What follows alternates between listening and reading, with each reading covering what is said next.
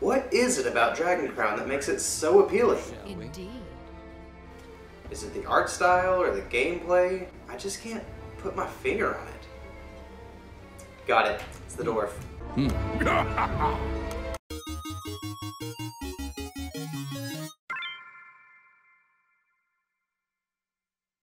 Hey friends, I'm Pragmatik and I like to talk about video games. And the game I want to talk about today is Dragon's Crown, or rather Dragon's Crown Pro. Now, I initially never played this game when it came out for the PS3, but this is the same company that made Odin Sphere, the game that inspired me to make this channel in the first place. So let's get into it. Dragon's Crown was developed by Vanillaware and published by Atlas. To be blunt, this game is a beat-em-up with the style and mechanics of an RPG. Blending Vanilla's art style with the thrill of an enemy-heavy beat-em-up makes up for a great flow. Whoa! The story leads off with some adventurers joining the guild, performing a series of quests that mixes them up in the hunt for the Dragon's Crown, a legendary item said to have the power to control dragons and turn the tide of battle. You'll play as one of 6 characters: Fighter, Amazon, Elf, Dwarf, Wizard, and Sorceress. Each character has their own set of strengths and weaknesses. It's about what you'd expect. Oh, hey Jeremy. Fighter being heavy in attack and defense, but not strong against magic, whereas the Wizard and Sorceress have magic at their command, but are rather squishy. I decided on the Elf because, let's face it, she's adorable, as well as proficient in range and can take a few good hits. What makes these characters more unique is their skill card. Each character can level up and complete a quest at the Adventurers Guild to gain skill points, and spend them on either their custom skill cards or their common skill card. The class skill card gives them exclusive abilities that pertain to their job or class. The elf can coat her arrows and poison and other things to gain an edge. Spending skill points on the common card gives you skills that pertain to everyone's class, such as inventory increases and upping your health. You'll start out completing various quests given to you by the guild and other sources. Look at Gandalf over here. These quests will pit you against a ton of foes from the small to the absolutely massive. The quests are generally pretty small, but you'll be busy doing a lot of fighting to really notice. Over time, you might run into some bones along the way. If you're a sorceress or a wizard, you can command them to serve you, or you can take them and revive them to gain a completely new adventurer. Allow this heart to beat again.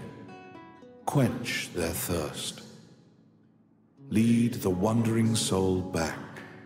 Reverse death. And awaken them. I love how this game just feels like a Dungeons & Dragons campaign. The way you're just narrated through the story feels like a DM is guiding you.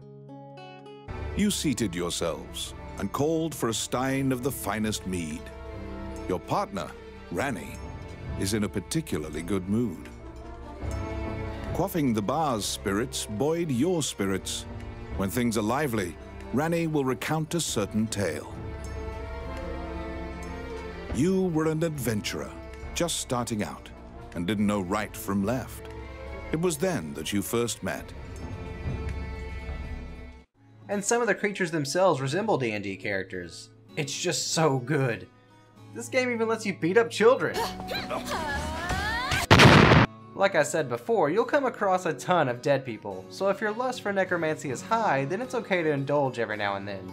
You'll most likely come across more bones than you'll know what to do with, so don't be afraid to bury a few of them, as it may net you a nice item. The ones you do revive can become worthy companions that will join you along the way in the levels. You can have a max of 4 characters to use. It'd be wise to try and keep a good balance as opposed to having 3 wizards and whatever you are. Hopefully not another damn wizard. A big thing that Dragon's Crown Pro brings to the table is the ability to play with your friends online. And now maybe you're asking, Prag, why would you waste my time with this AI business if I could just play with my friends? Well, for the first few hours you can't. Sucks. While online play was a good choice, the developers probably thought it'd be better for you to get your feet wet before jumping in with friends. This is common in the online world, but this is more like submerging your entire legs into the ocean rather than getting your feet wet, as the general time before getting to play with others is like 4 hours. I wouldn't let that discourage you, as there's a lot to see and do before your friends get to step in. You'll be finding stronger weapons and armor as you progress, and the amount of side quests will definitely keep you busy. One gripe I do have with the side quests is that they unlock after you do the main quest for that area, so it's kind of like doing a level and then immediately doing it again just to complete the side quest. What's worse is the side quest is usually something you could easily do during the first run through, so why not just add it to the main quest anyway? Speaking of bad decisions, here's one that you might feel kinda iffy about. If you want the satisfaction of tackling a dungeon all on your own, well, too bad. You'll never truly be alone in this game. Even if you don't have any companions selected to join you, you're still followed around by Ranny, your rogue friend that will help you unlock chests and gather money for you. Probably for his own gain. I'm just not fond of him always walking around, doing nothing until he's needed. I'd much rather have him just appear when I call for him. But nope, he's always around, just doing something. Outstanding! Later in the game, you'll also find Tiki, an adorable little fairy that also just kind of hangs around. You liberated a fairy that was trapped in a cage. That's not completely true, as she can point out runes that can have various benefits for your party, such as healing or buffs. Plus, she's a cutie! A naked, alcoholic cutie.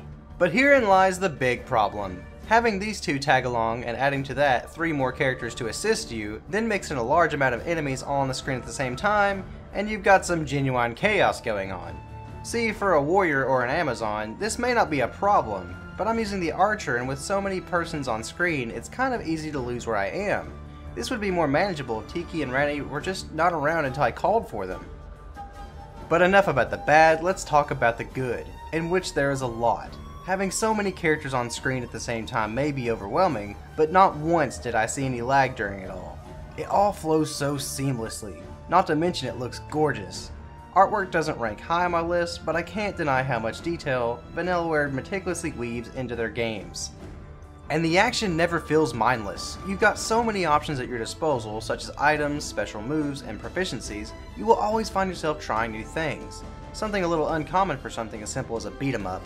Plus, adding a destructible environment and working with a system that lets you point and click the world around you gives you a higher depth of detail.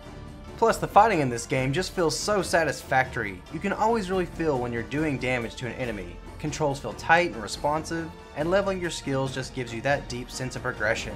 And it all comes packed with extravagant little details, like how each weapon has its own design to it, and how good the voice acting sounds. In order to retrieve the royal scepter, you chase the thief into the ruins of the old capital. This whole game is narrated, but even if you somehow don't care for the narrator, you can change the narrator to any playable character. It's something not completely necessary, but so helpful when it comes to immersion. I initially didn't like how some of the proportions looked. Like, what do you have to do to get your body to look like that? Every character seemed to be ripped except for my archer, which is fine. The angle the Amazon stands is always showcasing her butt, which is also fine. I do feel that they did really try to reach for that sex appeal. And did it make the game better? No. Maybe.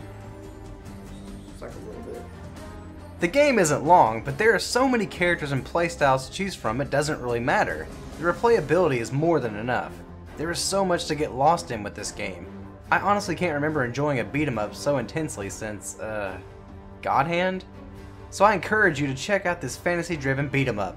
Find some friends, and set out on your own adventures. Just don't be all a bunch of damn wizards. Hey guys, thanks for checking out the video. Have you played Dragon's Crown yet? What class do you think you would choose? Let me know down in the comments. Also share and subscribe if you like my content. Gently press that like button to show your support, and as always, keep it practical.